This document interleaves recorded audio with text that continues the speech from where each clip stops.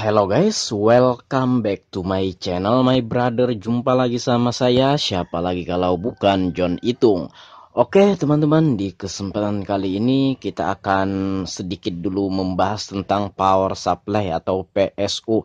Nah, yang di depanku ini merek Sunshine P1505 yang saya jadikan sebagai alat penghasil uang dalam usaha servis HP. Ya, kayak gitu guys. Jadi power supply ini kita beli ya untuk servis HP kita, dan ini udah menghasilkan uang, dan ini guys udah balik modal dari harga belinya dan bahkan lebih kayak gitu. Nah, ini udah saya pakai sekitar 4 atau 5 bulanan lah kayak gitu. Udah lama juga dan belum ada kendala untuk merek Sunshine P1505 TD yang 5 ampere ini ya. Dan di sini kalau 0,5 di ujung tipenya ini berarti ini 5 ampere. Ada juga 0,3 itu berarti 3 ampere kayak gitu. Ada 0,1 berarti 1 ampere. Jadi kalau mau lihat ampernya di tipe yang di ujungnya ini, nah terlepas dari yang pertamanya ini apa kayak gitu, nah itu semua power supply ya, power supply PSU kayak gitu ya. Nah, ini saya beli kemarin dengan harga tidak terlalu mahal guys ya, juga tidak terlalu murah, harganya 700, itu belum ongkir ya. Dikirim ke tempat saya itu ini 2 kilo atau 3 kilo ini ya, dari mana ini, dari Kota Bekasi. Kalau saya tinggal di Berau, Kalimantan Timur, dikirim ke sini itu ya 800 lebih lah sama ongkirnya. Dari Bekasi ke sini aja udah 70 atau 80 ribu lah kayak gitu kan. Nah, jadi sekitar 800 lebih, 850 lah, mungkin lebih-lebih dikit. Nah, ini bahkan ini udah saya pakai sekitar 4 sampai 5 bulan dan udah balik modal guys. Ya, udah balik modal untuk modalnya ini, untuk modal pembelian power supply ini. Ya, saya asumsikan saja kita ambil sebuah sampel ya. Kemarin saya ini menembak baterai Xiaomi Redmi 4X guys ya, yang masuk ke counter kami dengan kerusakan, kata orangnya mati total ya. Pas kita cek ternyata itu baterainya yang drop. Nah, itu kita bongkar. Nah, itu kan pakai baterai tanam, otomatis kalau kita mau tembak atau suntik daya kita harus membongkar backdoornya. Nah, udah kita bongkar backdoornya, terus kita suntik daya pakai power supply ini, dan ya ternyata kita tinggal suntikan daya ya, itu sekitar 3 menitan dan udah selesai, kemudian hidup HP-nya. Nah, untuk kasus seperti itu saja guys, kita bisa minta 20.000 sampai 50.000 loh itu. Nah, kalau di daerah saya ada yang minta 50.000 kayak gitu, ada yang 20.000, 30.000 hanya untuk suntik atau tembak daya baterai yang drop kayak gitu, dan HP-nya udah bisa dipergunakan lagi. Karena baterai drop itu ada beberapa HP yang dimana ketika baterainya drop, ada beberapa HP yang dicas 30 menit atau sampai 1 jam, ada beberapa yang mau hidup kembali dan mau terisi baterainya, tapi juga ada beberapa yang tidak mau terisi baterainya biar kita charger sampai 3 jam. Biasanya baterai drop itu akibat tidak dipakai selama jangka waktu yang lama, misalkan 3 bulan HP-nya disimpan, tiba-tiba mau dipakai udah nggak bisa, kemudian untuk dicas juga nggak ada respon apapun, padahal udah 1 jaman dicas kayak gitu. Nah, setelah kita tembak pakai power supply kita ini ya, power supply yang harganya lumayan ya, kalau saya katakan terjangkau, dan pas kita tembak itunya, daya pada baterainya udah mau hidup kembali. Nah, di sana saja saya bisa minta 20.000 sampai 50.000, bisa 30. Kalau di daerah saya rata-rata itu 50. Ya, rata-rata itu saya udah survei, dan juga kalau 10 kali aja kita udah nembak baterai kayak gitu ya. Jadi power supply ini dibeli ya untuk menghasilkan uang kayak gitu ketika kita servis. Nah, bukan hanya itu, banyak kasus yang bisa ditangani oleh power supply ini. Misalkan saja HP konslet ya, konslet Vibat ya, pas kita ini ada mode MBR, pas kita aktifin mode MBR dan kita koneksikan ke positif dan negatif pada HP-nya, ketika yang konslet atau short itu komponen-komponen kecil kayak kapasitor, resistor, itu bakalan ketahuan dan kadang-kadang hangus sendiri, dan kadang-kadang bagus sendiri ya. Walaupun ada beberapa yang nda ini harus dicabut dulu itunya kapasitor atau resistornya. Cuma dengan alat ini bisa mendeteksi apa yang konslet kayak gitu. Nah itu aja. Kalau misalkan kita asumsikan saja HP-HP yang menengah ke bawah lah seperti Redmi 4A ya. Itu aja kalau kita asumsikan kalau misalkan itu konslet, kemudian kita deteksi pakai ini dan ketahuan konsletnya misalkan resistornya yang ini yang terbakar, kemudian kita congkel dan kita hilangkan kemudian bagus. Nah, kalau di tempat saya yang model-model kayak gitu kita bisa minta sampai 200, 300 kayak gitu. Nah, kalau kita dapat kasus yang konslet-konslet atau short yang mudah-mudah kayak gitu, hanya 5 kali saja ya, bahkan kurang 5 unit HP saja yang kita bisa perbaiki gara-gara konslet menggunakan power supply kita yang dilengkapi dengan mode MBR ini, itu udah balik modal. Asumsikan saja sebiji atau seunit HP itu 200 misalkan ya. Kayak Oppo yang menengah ke bawah, kalau di tempat saya tinggal di perkampungan ya, banyak banget yang masih menggunakan HP kayak HP Oppo A37F. Nah, misalkan kasus konslet, kemudian kita deteksi pakai power supply ini dan berhasil. Nah, itu kita bisa minta 200. Nah, misalkan kita dapat 5 saja. Nah, udah 1 juta. Berarti kalau kita dapat 3 aja, nah udah 600, 4 udah 800 ya.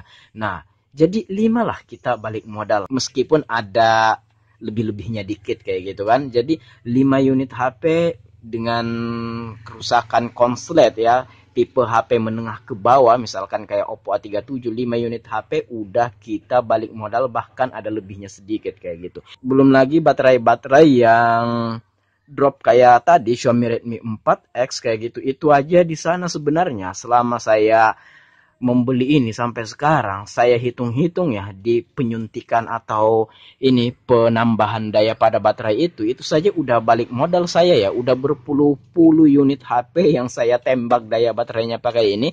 Ya ada saya minta 20, 30, 50, nah tergantung HP-nya. Kalau HP-nya susah dibongkar, misalkan ini baterai tanam dan susah dibongkar, kita mungkin bisa minta 50 guys.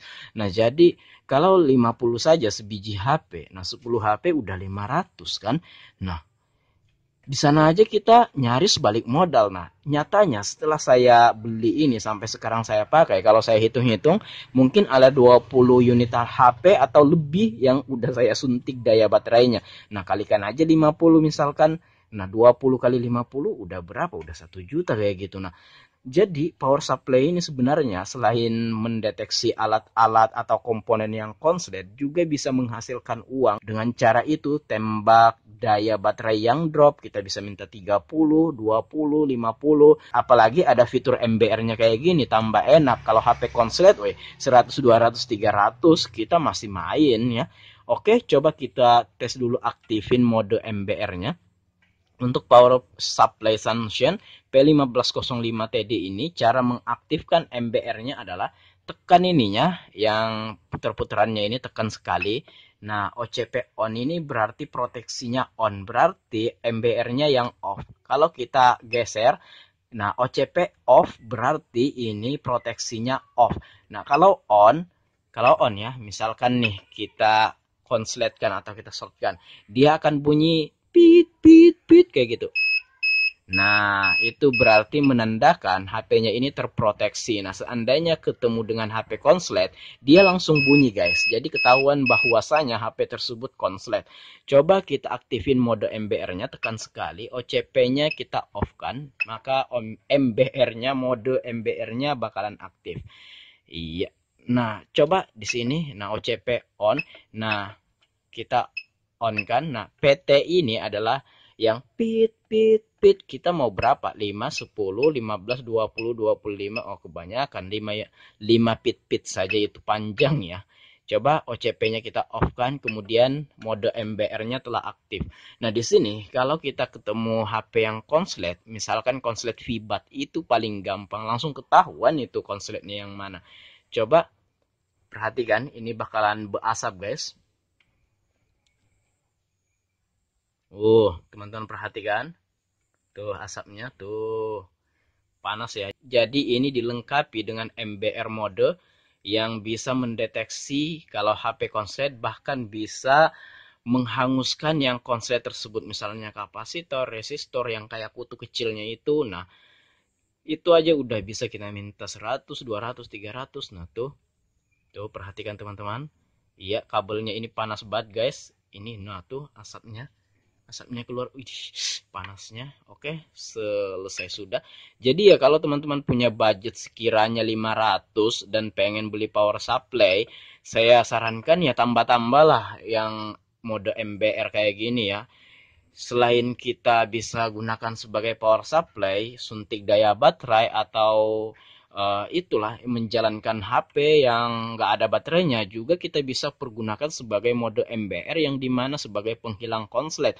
Nah, 5 unit saja seperti kataku tadi, 5 unit HP saja, HP yang menengah ke bawah yang bisa kita hilangkan konsletnya dengan mode MBR-nya ini, itu kita udah balik modal bahkan lebih, guys. Belum lagi dengan baterai yang udah kita ini, yang kita suntik daya atau yang kita injek daya pakai power supply ini. Belum lagi itu ya, kita bisa minta 20, 30, itu pun nggak lama prosesnya.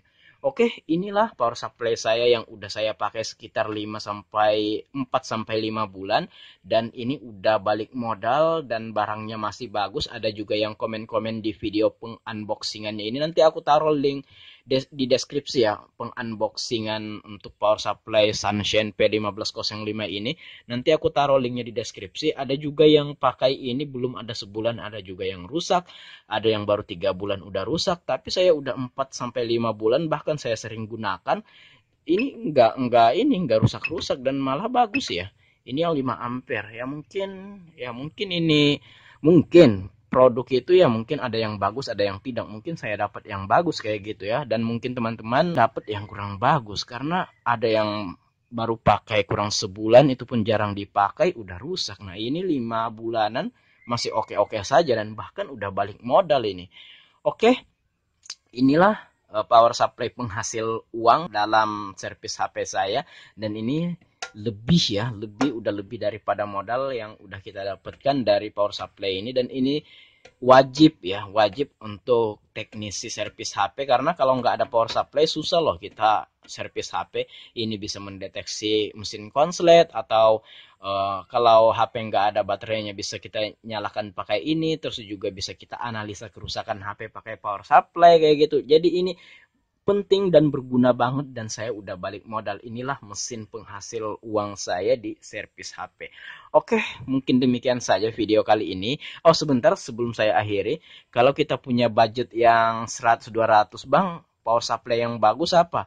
Ya kalau yang 100-200 itu ya mungkin yang 1 ampere atau 2 ampere ya yang dapat ya. Karena kalau yang kecil begitu rata-rata kalau smartphone zaman sekarang itu nggak bisa dinyalainnya, guys, itu masih kurang kayak gitu. Nah, kalau punya duit sedikit mending, kalau menurut saranku ya, karena HP sekarang itu udah gede-gede juga kayak gitu kan, perlu daya yang lumayan gede, otomatis power supply kita itu udah update lah, minimal yang 5 ampere. Kalau saya ini minimal ya, yang 3 ampere bisa juga yang 2 ampere, tapi kalau yang 1 ampere jangan dulu deh. Kumpul-kumpul aja dulu duitnya, beli yang kalau bisa yang 5 ampere yang ada mode MBR-nya yang harganya 700-an kayak gini, itu belum ongkir ya. Itu menurut saya ya. Kalau teman-teman ya terserah aja. Saya hanya menyarankan saja, kalau ada duit ditabung-tabung aja, belilah yang sekaligus MBR kalau bisa. Jadi teman-teman itu nggak perlu repot-repot lagi, modifikasi power bank lah, macem-macem lah, beli MBR sendirilah. Nah, ini udah dilengkapi dengan MBR mode, tinggal kita aktifin modenya dan udah bisa menghasilkan uang. Baiklah, saya akhiri video ini sampai di sini. Sampai jumpa di video selanjutnya. Jika ada pertanyaan, silahkan komen-komen. Jika ada pendapat lain, silahkan komen-komen juga. Oke, jika ada yang ingin sharing sama saya, boleh DM Instagram. Instagram saya ada di sudut kiri bawah video ini, @johnitung. Baiklah, saya akhiri video ini sampai di sini. See you the next video, my brother.